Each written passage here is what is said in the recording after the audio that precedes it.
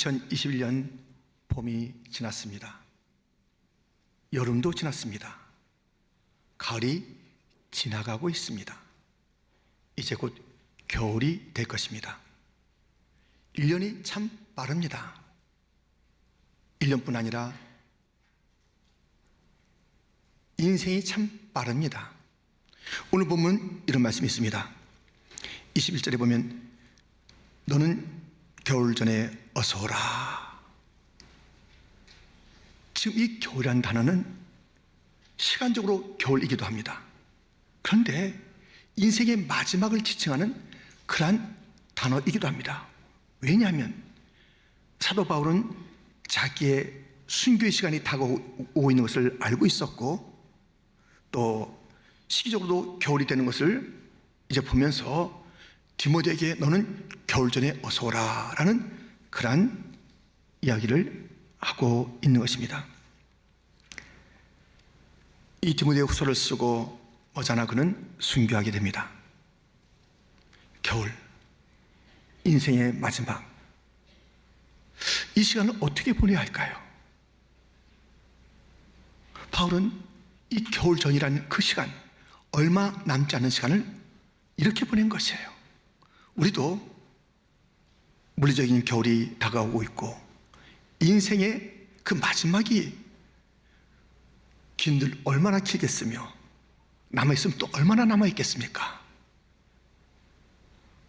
불과 같이 금방 시드는 그런 인생인데, 오늘 겨울 전에 바울은 어떤 삶을 살았는지 함께 말씀을 살펴보면서 내 인생의 겨울, 역사의 종말, 이 물리적인 이 겨울한 시간들을 어떻게 준비하며 맞이할지를 함께 교훈받고자 합니다. 첫 번째, 이 시간은 용서의 시간이었습니다. 겨울 전에 얼마 남지 않은 시간을 용서의 시간으로 바울은 보냈습니다. 여러분들, 성공에 대해서 정의 한번 해보세요. 성공이 무엇이다?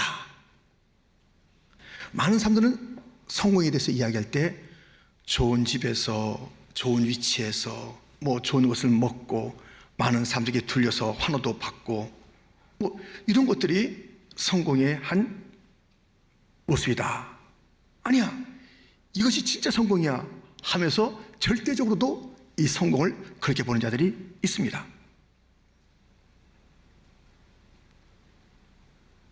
그렇다면 오늘 본문의 바울은 성공한 인생이 아닙니다.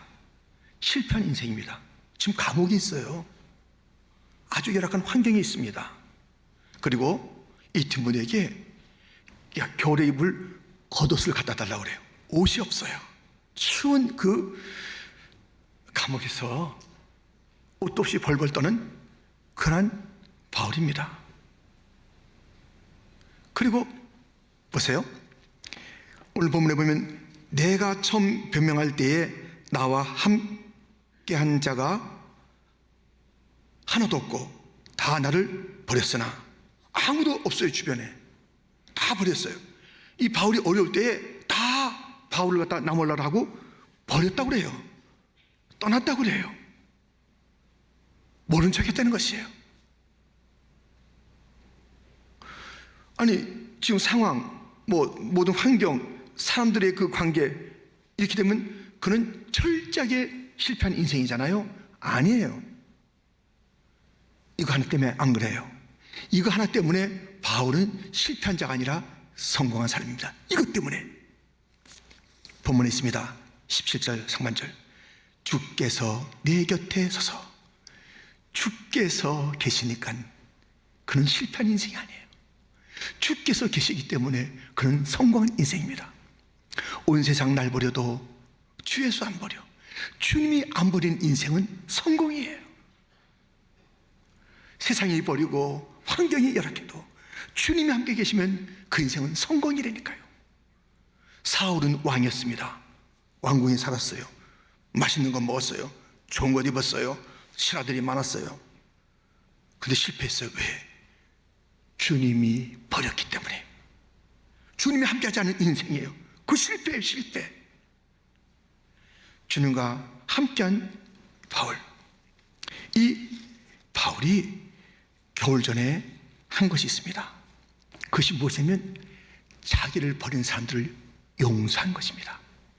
16절, 내가 처음 변명할 때에 나와 함께한 자가 하나도 없고 다 나를 버렸으나 그들에게 허물을 돌리지 않기를 원하노라.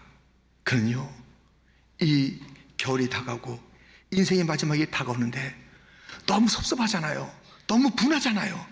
이럴 수가 있나. 자기가 어려울 때 함께한 자가 하나도 없다니까요. 다 버렸다니까요.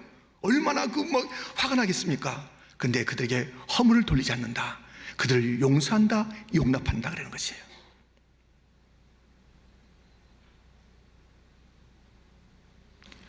그런데 이 용서와 용납이 모든 자들에게요. 빌립보서 4장 5절입니다. 우리 한번 같이 읽겠습니다. 너희 관용을 모든 사람에게 알게 하라. 주께서 가까우시니라. 아멘. 모든 자에게 이 용서, 이 관용, 이 관대함을 모든 자들에게 마지막 시간이 다가올수록 더 관대해지는 삶을 사는 바울입니다. 용서는 사랑할 줄 모르는 자에게 사랑을 베풀어 주는 거예요.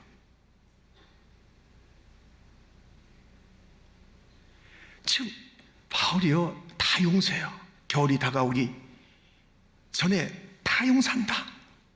그런데 용서뿐이 아니에요. 더 나갔습니다. 본문 19절부터 보면 브리스가와 아골라와 및 오네시포로의 집에 문안하라. 에라스도는 고린도에 머물러 있고 드로비모는 병들어서 밀리도에 두었노니 너는 겨울 전에 어서 오라. 으블로와 부데와 리노와 글라우디아와 모든 형제가 다 네게 문안하니라. 용서뿐만 아니라 살폈어요. 문안했어요. 건강은 좀 어떤지, 어디에서 있는지, 서로도 좀 돌봐 하면서 그냥 용서 정도가 아니라 더 따뜻한 마음을 가지고 살피고 있는 바울의 모습을 봅니다. 요셉이 자기를 버린 형들을 용서했잖아요. 근데 그의 마지막 시간이 점점 다가올수록 형들을 잘 돌보고 형들의 자녀들까지 잘 돌보는 용서를 넘어서 따뜻함 가지고 그렇게 살핌이 자기에게 정말 원수같이 되었던 자들을 향한 큰 요셉의 마음, 바울의 태도였습니다.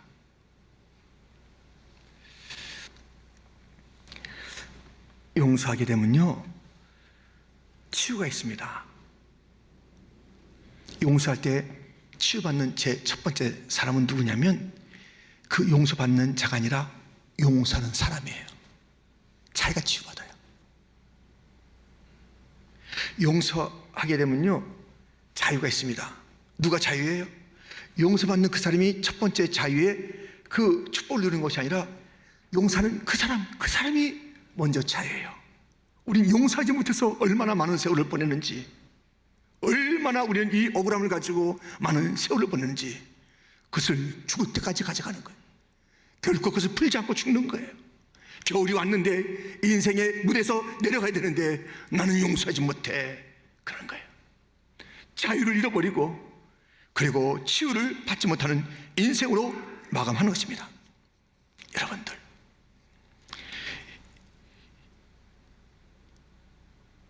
겨울 전에 바울은 자기의 삶에 너무나도 아픔을 줬던 자들을 다 용서하고 다 챙겼어요.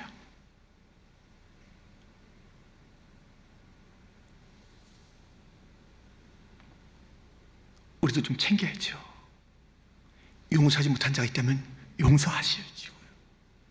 아니, 안부 좀 물어보세요. 잘 지내요?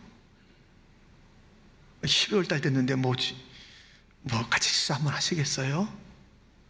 뭐 좀 필요한 거 없으세요? 여러분들, 우리의 용서와 주님의 용서는 같이 있는 거예요. 우리가 남을 용서하지 않는데 주님의 용서를 바라요? 그럴 수가 없잖아요. 주님의 용서를 받았는데 남을 용서하지 못해요? 그럴 수가 없는 거예요. 우리는 이 추운 겨울이 닥치기 전에, 그도 더 춥고 나도 더 춥기 전에 좀 따뜻해져요. 용서를 통해서 따뜻해져요. 살핌을 통해서. 다 알아야 된대요. 다 용서를 받아야 된대요. 누가 하나 제쳐놓지 마시고 내 삶에 여러 가지 힘든 그런 관계 속에 있었던 자들을 이번 12월에 다 살피셔서 새해가 되기 전에 용서와 회복과 화목과 살핌과 안부와 더 축복하는 그런 관계로 2022년을 맞기를 주님의 이름으로 축원드립니다. 겨울 전의 시간은 용서의 시간이었습니다. 두 번째는 전파의 시간입니다. 한국 드라마가 요즘 계속 히트예요. 대박이에요. 오징어 게임 이후에 또 나왔어요. 지옥. 이 지옥은요, 죄를 지은 사람에게 지옥의 사자가 와서 너 언제 죽는다, 지옥 간다고 얘기해요. 그리고 그 시간에 찾아와서 지옥으로 데려가는 그런 줄거리로 되어 있습니다. 뭐 그 내용 전개는 허황되죠. 근데 하나 사실은 있어요. 지옥은 있다는 것. 지옥은 있다는 것. 마가복음 9장 47절 48절 만일 내 눈이 너를 범죄하게 하거든 빼버리라. 한 눈으로 하나님의 나라에 들어가는 것이 두 눈을 가지고 지옥에 던져지는 것보다 나으니라. 거기에서는 구더기도 죽지 않고 불도 꺼지지 아니하느니라. 지옥이 있다는 것이, 영원한 형벌의 장소 지옥이 있다는 것입니다. 이 꺼지는 불구덩이에서 건짐받고 천국으로 가야 되는 거예요. 그 방법 단 하나밖에 없어요. 복음, 예수님의 복음을 듣고 믿으면 지옥에서 벗어나 천국 가는 거예요. 이 방법 외에는 하나님께서 허락하신 게 없어요. 복음을 듣고 믿는 것. 근데 복음을 전파하는 자가 있어요. 전파하는 자가. 복음을 전파하는 자가 있어야 복음을 듣게 되는 것이고, 그리고 믿게 되는 것이고, 천국 가는 것입니다. 겨울 전에 바울의 모습을 보십시오.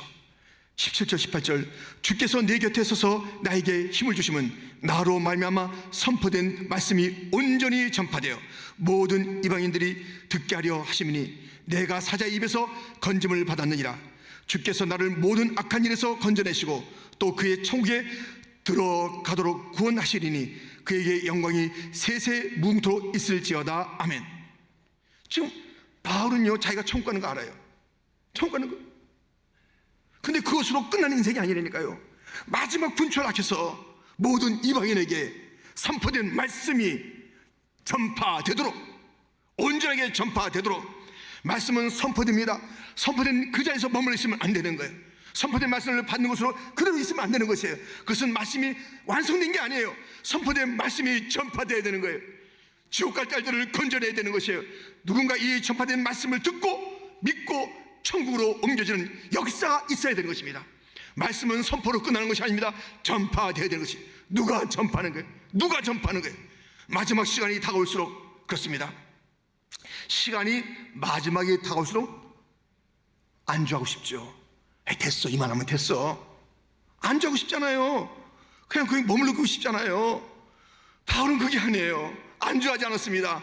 여전히 그의 생애가 그렇게 살았듯이, 예수님을 만난 이후 그렇게 살았듯이 이 복음 전파의 열정을 마지막 이 겨울, 다가오는 이 겨울, 얼마 남지 않은 그 인생이지만 복음 전파를 위해서 다시 한번 그 모든 것을 불태우고 쏟아붓는 그러한 바울을 우리는 보는 것입니다. 이러한 복음을 위한 삶을 살 때, 사명의 삶을 살 때에, 그렇죠, 구원의 확신이 있고 사명의 확신이 바울에게 있었어요. 인생 살면서, 아니 크리스찬인데 구원의 확신도 항상 흔들려요. 사명이 있는지도 몰라요. 그게 무슨 제대로 된 그리스도인의 삶을 살겠습니까? 그리스도인이라면 구원의 확신, 나는 천국 간다, 예수를 믿기에 천국 간다, 나는 사명이 있다, 이 복음을 증거해야 된다, 이 복음을 외쳐야 된다. 그때마다 주님께서 사자의 입에서 막아주고 어떤 어려움에서 막아주신다. 사명을 다하는 그날까지, 내 인생의 겨울, 모든 인생의 막을 내가 내리기 전까지 나는 이 복음 전파, 선포된 말씀, 내가 받은 말씀을 전파하리라. 지금 이 시대는 절망의 시대입니다. 이 절망을 바꾸는 것은 복음밖에 없다는 것을 우리 주님께서 친히 일러주었습니다. 마태복음 11장 4절 5절에 보면 예수께서 대답하여 이르시되 너희가 가서 듣고 보는 것을 요한에게 알리되 맹인이 보며 못 걷는 사람이 걸으며 나병 환자가 깨끗함을 받으며 못 듣는 자가 들으며 죽은 자가 살아나며 가난한 자에게 복음이 전파된다 하라. 복음 전파, 이것이 눈먼 자, 앉은 자, 죽은 자, 나병 환자, 각색 인생의 문제들을 다 회복시키는 기적의 능력이 있다. 복음에는 생명이 있다. 복음에는 소망이 있다. 복음을 전파해야 된다. 예수님도 그런 전파가 있었고, 예수님을 따르는 제자들은 그 길이, 복음 전파의 길이 유일한 구원의 길인 줄 알고 따르면서 복음을 증거하고 복음을 외치는 것입니다.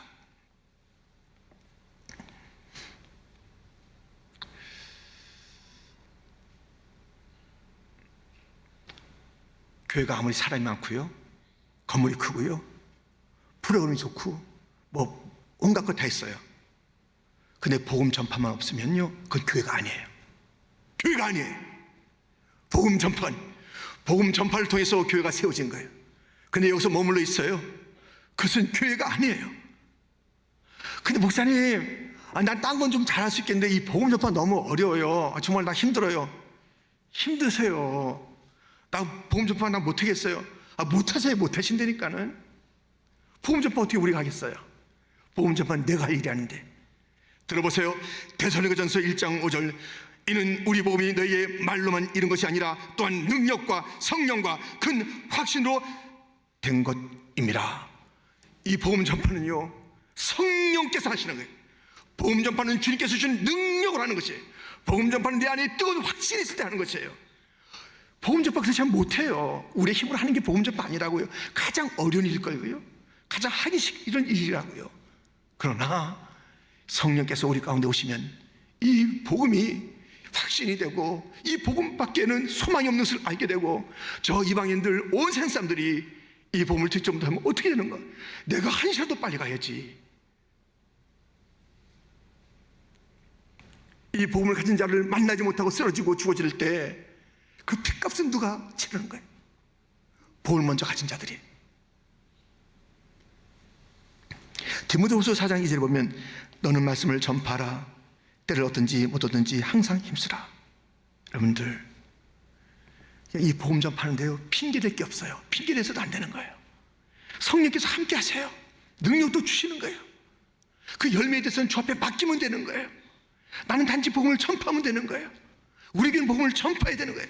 주님 보실 그날까지 복음 전파, 우리 모든 인생의 겨울이 다 와서 이제 끝난다는 그 시간이 오기까지, 마지막 호흡까지 복음을 증거하는 거예요. 복음 외에는 이 땅을 살릴 길이 없고, 복음 외에는 소망이 없기 때문에, 예수님의 복음 외에는 이 땅에 생명이 없기 때문에, 미국을 살리기 원하세요? 우리 가정을 살리기 원하세요? 내 사랑하는 친구를 살리기 원하세요? 부모님을 살리기 원하세요? 복음밖에 없습니다. 복음밖에 없습니다. 복음을 전파하는 시간, 우리의 이 촉박한 시간들이 여전히 뜨겁게 복음을 전파하는 시간으로 되어지기를 주님의 이름으로 축원드립니다. 이렇게 우리는 이 마지막 시간들을 전파의 시간으로 삼아야 하는 것입니다. 또 하나의 시간이 이렇게 되어져야 하니 세 번째, 은혜의 시간입니다. 용서와 복음 전파의 시간이며 세 번째는 은혜의 시간입니다. 여러분들이 수많은 그 어휘를 알고 있잖아요. 수많은 단어를 알고 있잖아요. 수십만 단어를 알고 있을걸요. 근데 마지막에 그 중에서 딱 한 단어만 붙잡으려면 뭘 붙잡겠어요? 가장 좋아하고 가장 귀한 단어가 있다면 무엇을 여러분 그 수십만 단어 중에서 여러분 소개하시고 싶습니까? 바울은 그가 얼마나 그 학식이 높아요, 얼마나 경험이 많아요, 얼마나 그 많은 것을 알고 있는데 마지막 단어로 이것을 썼습니다. 은혜. 본문 마지막 절, 나는 주께서 내 심령에 함께 계시기를 바라노니 은혜가 너희와 함께 있을지어다. 마지막 단어 은혜, 은혜, 은혜. 바울의 생애는 어려움이 많았죠. 일단 몸이 아팠어요. 육체의 가시가 이게 좀 살았으면 좋겠는데 그냥 그대로 있었어요. 이 질병의 문제뿐만 아닙니다. 어딜 가면 자기를 기다리고 있는 것이 감옥, 매맞음, 모함, 유라굴로 같은 그런 광풍, 산과 강의 여러 가지 위험스러움, 이런 것들이 그 앞에 있었습니다. 수많은 문제가 다가오고 다 왔는데 그것을 넉넉히 이기고 승리의 노래를 부를 수 있었던 것은 하나님의 은혜 때문입니다. 하나님의 은혜는 우리 모든 인생의 문제 천천만번이 다가와도 다 둘러덮고 그것을 다 잠재우고 거기서 승리의 노래를 부를 수 있게 하는 것이 하나님의 은혜인 줄 믿습니다. 은혜, 하나님의 은혜, 은혜, 은혜. 자기에게 있었던 이 은혜가 디모데야 너에게도 이 은혜가 넘치기를 원한다라고 말하고 있습니다. 은혜는 구원받을 때도 은혜가 필요하고요, 우리가 일반 삶을 살아갈 때도 은혜가 필요하고요, 우리가 장차 본향에 갈 때까지 또 은혜가 필요하고요, 또 천국에서도 은혜가 필요해요. 은혜가 불필요한 그런 시간은 하나도 없어요. 그래서 이 마지막 시간에 지금까지 잘 살았는데 이 마지막 시간 은혜 놓치고 산다고요? 지난 여름에 우리 주제가 은혜였는데 그때 은혜 많이 받았어. 그러니까 지금은 괜찮다고요? 아닙니다. 여전히 우리는 은혜가 필요한 자들입니다. 함께 찬양합니다.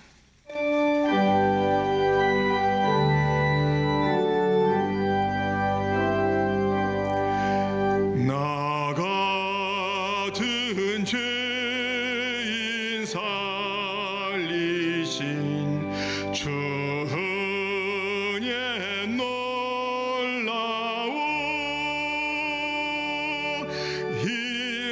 잃었던 생명 찾았고 광명을 얻었네. 이제껏 내가 산 것도 주님의 은혜라. 또 나를 장차 본향에 인도해 주시리.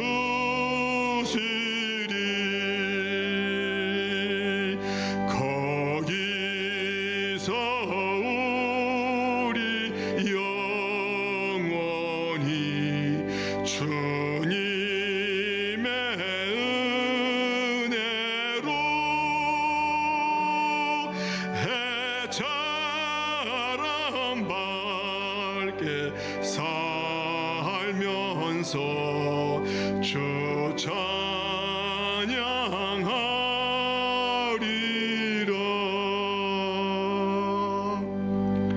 어느 한 순간 은혜가 없어도 좋은 순간이 어디 있냐고요. 잃었던 생명을 찾는 구원의 시간에도, 아니 그 전에도 일반 은총이 있었어요. 믿지 않는 자에게 주시는 일반 은혜가 있었다니까요.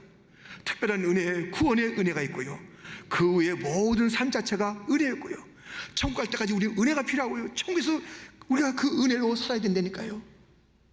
은혜로 신 주님을 찬양하며 감사하며 살아야 한다니까요. 그런데 이런 사람들이 있습니다.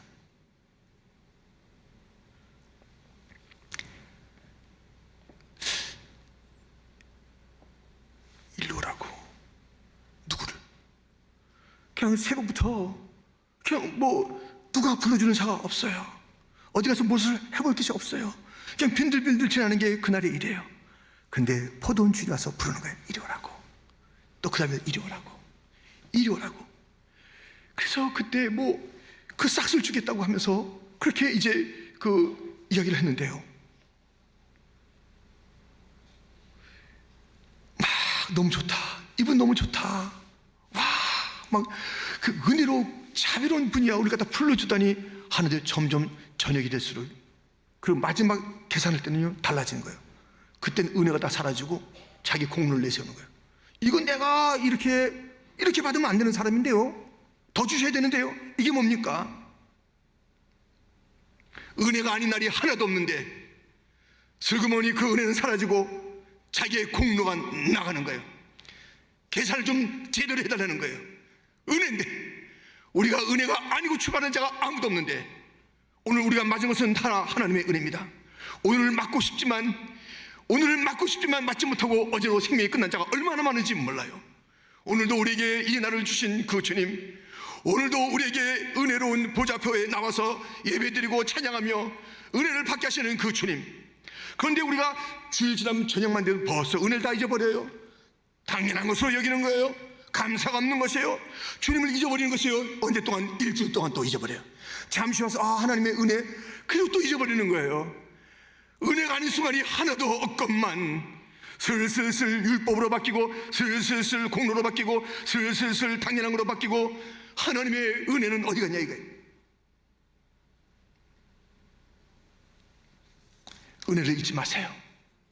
은혜를 잊지 말아야 합니다. 오늘도 은혜가 필요합니다. 그런데 오늘에 주시는 은혜를 보세요. 고린도후서 6장 2절 그리고 고린도후서 9장을 보면, 보라 지금은 은혜 받을 만한 때요, 하나님이 능히 모든 은혜를 너희에게 넘치게 하시나니 이는 너희로 모든 일에 항상 모든 것이 넉넉하여 모든 착한 일을 넘치게 하려 하심이라. 아멘. 지금도 은혜가 필요합니다. 그 은혜를 넘치게 주겠다는 것이에요. 그래서 넘치게 일을 하라, 넘치게 섬겨라, 넘치게 좀 착한 일을 해라. 이 은혜를 주신 것은 넘치는 봉사, 은혜가 있고 봉사하는 자하고 은혜 없이 봉사하는 자는 딱 구분되는 거예요. 여러분들 너무 심각하게 쳐다보는데 내가 그 사람인가? 예. 여러분들 은혜 떨어진 사람들은요, 찬양하기 싫어. 억지로 한 거, 억지로 하는 사람 있어요 오늘? 그 뭔가 은혜 떨어진 거예요. 그때도 있을 수가 있어요. 우리가 슬럼프가 있어요. 그 오래 가면 안 됩니다. 찬양하는 게 너무 싫어. 경찰하기가 너무 싫어. 근데 억지로 좀 해야 돼. 왜? 그냥 내 그 자리에 서야 되니까. 자기는 사는 거예요. 거기 내가 없으면 나한테 뭐라 그러겠지? 가만 보니까 자기 때문에 하는 그 일들, 누구의 영광인지 모르는 그 억지, 그 초점을 잃어버린 그 일들이 얼마나 많은지 몰라요. 은혜 받는 자는 그렇게 안 해요. 모든 것이 은혜라고 하면서요, 너무 기쁜 거예요. 왜 안 피곤하겠어요?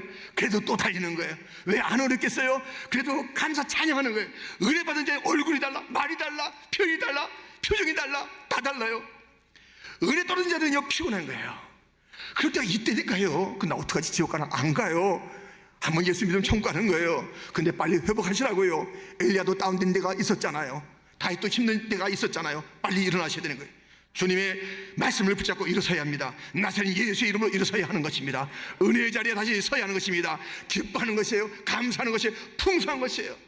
은혜 받은 교회는요, 참 항상 찬송 소리가 끝이 않는, 예배가 마르지 않는 것이에요. 기도 소리가 희롱찬 거예요.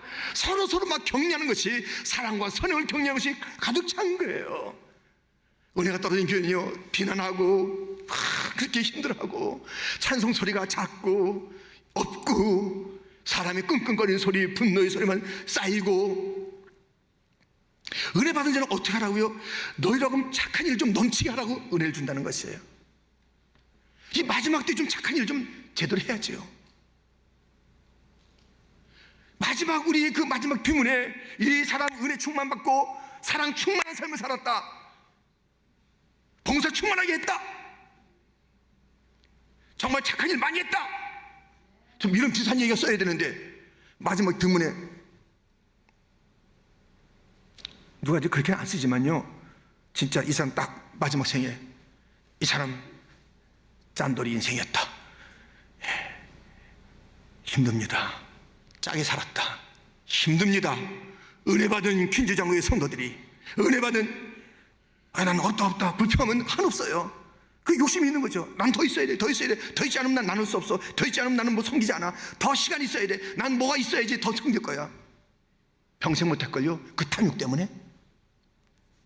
이 마지막 시간을 어떻게 내가 은혜 받은 그 사람으로 살 것인가, 어떻게 은혜를 나눌 것인가, 어떻게 주님을 더 힘있게 봉사할 것인가, 어떻게 내가 더 나누는 삶을 살 것인가, 하나도 안 가져가더라고요. 모든 그 권력이 있던 자들, 수많은 그런 재물을 가졌던 자들 떠날 때는 아무것도 안 가져가더라고요. 근데 무엇을 남길 것인가, 그것은 중요해요. 은혜 받은 자들이요, 은혜를 풍성히 남게 하는 것입니다. 아멘. 은혜가 다 부주겠다. 근데 그 부준 가지고 좀 봉사 좀, 은혜를 갖다 충만하게 받은 자답게 해라. 그리고 그것을 가지고 좀 나누며 살아라. 좀 착하게 살아라. 그렇게 쌩쌩거리며 살지 말고, 그렇게 mon하게 살지 말고, 그렇게 야박하게 살지 말고, 주님의 은혜 받은 자가 그렇게 살아서는 안 된다는 것이에요. 은혜가 없으면 다 피곤하고, 은혜가 있으면 하나도 피곤치 않고 기쁨이 넘칩니다. 어떤 일이 있어도 마지막 순간까지. 겨울이 됐습니다. 이제 모든 것이 끝날 날이 다가왔습니다.